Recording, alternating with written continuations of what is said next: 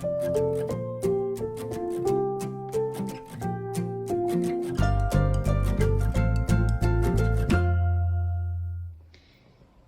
everybody, it's Emily, the Crazy Worm Lady. I'm here today with the VermiBag Mini for an update. We have added the African night crawlers in here, so I'm looking forward to seeing how they're doing, but I've got a fruit fly problem that has persisted. I'm going to fix my camera because it's leaning against the base, so it's going to shake on us. Hopefully that'll be a little bit better. So, oh yes, release the swarm. I've been putting out traps, working well mostly, but as you can see, still have a lot. So, that is really disgusting. I'll put a whole bunch more in here when we're done today.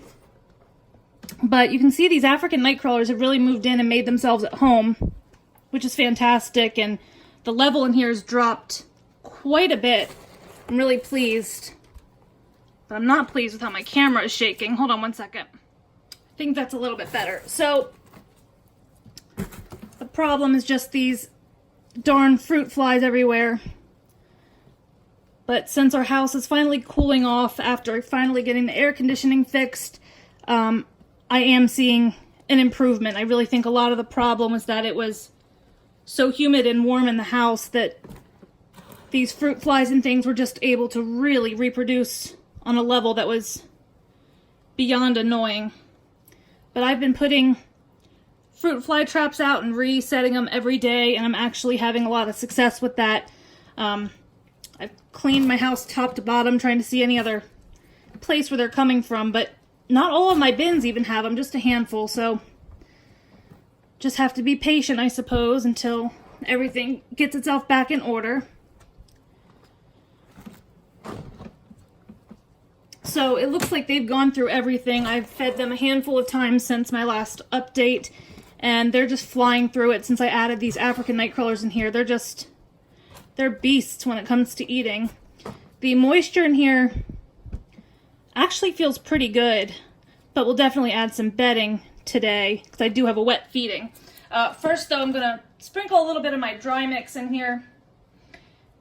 The goal today will definitely be to cover this feeding really well to try and keep these fruit flies at bay, and I might even put some diatomaceous earth right on the surface of some of the newspaper or something as well, because the beetles and stuff that they crawl over that will help with their numbers as well. So let's get some food in here, and we'll see if we can get these bugs under control and get these African night crawlers feeding.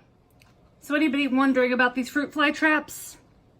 I set this out, vinegar, a drop of dish soap, and this has only been out for about 48 hours, and that's how many I got.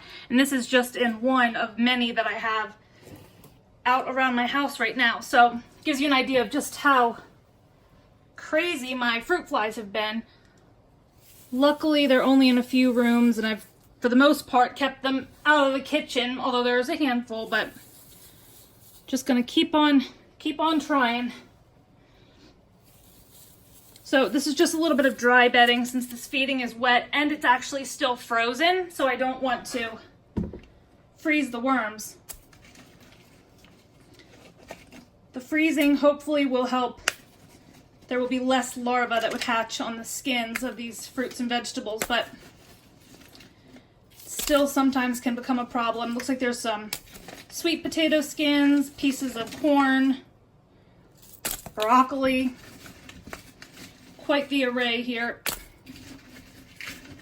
Some tomatoes, onions.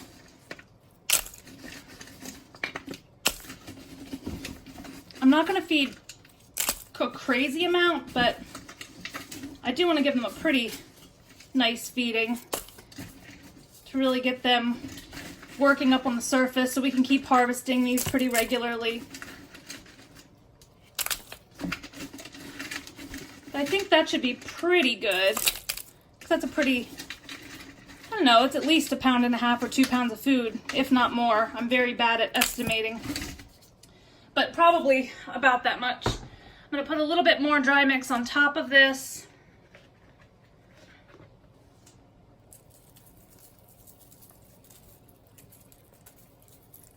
Really try to keep everything under control, keep a good pH. There's some trace minerals in there. I always link it below. It's pretty much equal parts of each of the 4 items: the neem cake, kelp meal, diatomaceous earth, and oyster shell. I maybe go a little bit heavier on the oyster shell and the neem cake, but it's completely individual. It's not something that's scientifically backed by any means, just something that I've come to like and I found have kept various pests at bay. I've been able to treat some pests with it, so kind of a good all around. I'm just going to use up the rest of this peat moss that I have. I'm down to my last 2 bags, trying to get rid of it. Don't plan on buying any more because I don't need it and it's not sustainable. So I really don't want to buy it if I don't have to. And that's pretty well covered. So now I'm just going to lay our newspaper cover back on top. Cover this pretty well. I want you guys to let me know what you think. Have you used fruit fly traps before? When do you think I should harvest this? Any types of feedings or something you'd like me to try out with this bin? I'd love to hear it from you guys.